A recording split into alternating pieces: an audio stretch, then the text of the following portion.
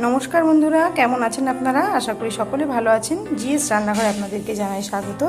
আবারও চলে এলাম আরেকটি রেসিপি নিয়ে। আজকে আমার রেসিপিতে থাকছে ইলিশ মাছ দিয়ে গাটি কচুর ঝোল। এখানে আমি ইলিশ মাছ নিয়ে নিয়েছি। এবার ইলিশ মাছগুলোকে কেটে নেব। আপনাদের কাছে অনুরোধ রইল আপনারা পুরো ভিডিওটি প্রথম থেকে শেষ পর্যন্ত দেখবেন, আর আমার চ্যানেলে নতুন বন্ধু হয়ে থাকলে চ্যানেলটি সাবস্ক্রাইব করার অনুরোধ রইল। মাছগুলোকে কেটে ধুয়ে পরিষ্কার করে নিয়েছি। এবার এর মধ্যে আমি দিয়ে দিচ্ছি লবণ আর হলুদ। লবণ হলুদ দিয়ে ভালো করে মাখিয়ে নেব মাছগুলোকে।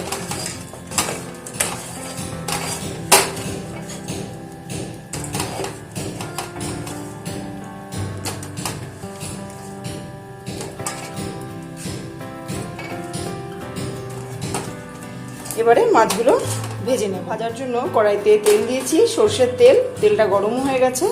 এবারে একে একে মাছগুলো ভেজে নেব।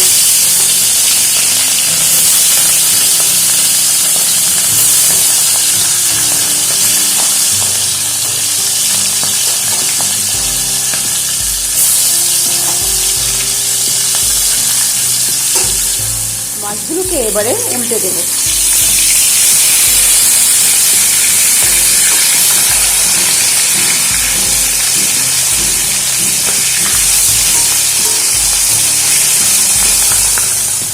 মাছগুলো ভালো করে ভেজে নিয়েছি। খুব বেশি করার দরকার নেই, যেহেতু ঝোল করব। মাছ বেশি কড়া ভাজলে ইলিশ মাছের টেস্টটা নষ্ট হয়ে যাবে। মোটামুটি ভেজে নিয়েছি। এবারে এটাকে একটা পাত্রে নামিয়ে নেব। ভেজে নেওয়ার পরেও কিন্তু কড়াইতে তেলটা রয়ে গেল, আর খুব বেশি তেল দেওয়ার আমার আলাদা করে দরকার পড়েনি। মাছ ভাজার ওই তেলের মধ্যেই আমি কালো জিরে ফোড়ন দিয়ে দিলাম, আর দিয়ে দিচ্ছি কাঁচা লঙ্কা,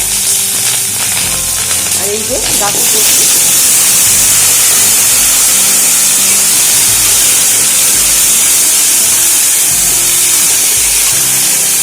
আজকের মাছের ঝোলটা কিন্তু কোনো রকম মশলা ছাড়াই তৈরি করব।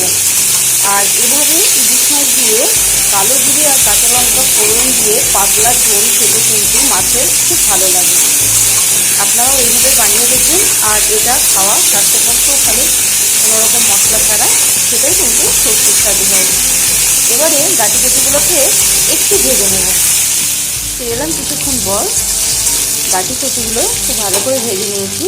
এবারে আমি এর মধ্যে দিয়ে দেবো পরিমাণ মতো লবণ, আর দিয়ে দিচ্ছি হলুদ গুঁড়ো।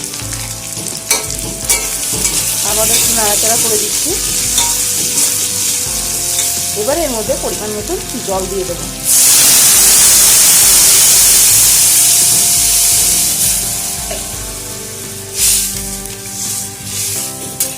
পরিমাণ মতন জল দিয়ে দিলাম। এবারে খুব ভালো করে ফুটতে দেব। ঝোলটা খুব ভালোভাবে ফুটে উঠেছে। এবারে আমি এর মধ্যে ভেজে রাখা মাছগুলো দিয়ে দেব।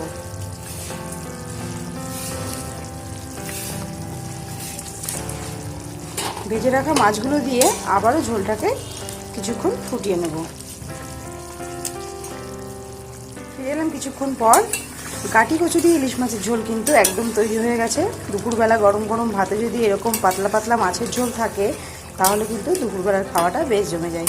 তো বন্ধুরা, আমার আজকের ভিডিও কেমন লাগলো আপনারা অবশ্যই জানাবেন। ভিডিওটি ভালো লাগলে লাইক শেয়ার কমেন্ট করতে ভুলবেন না। আজকের মতো শেষ করছি এখানে। আবারও হাজির হয়ে যাব নতুন কোনো রেসিপি নিয়ে। ততক্ষণে ভালো থাকবেন, সুস্থ থাকবেন। ধন্যবাদ।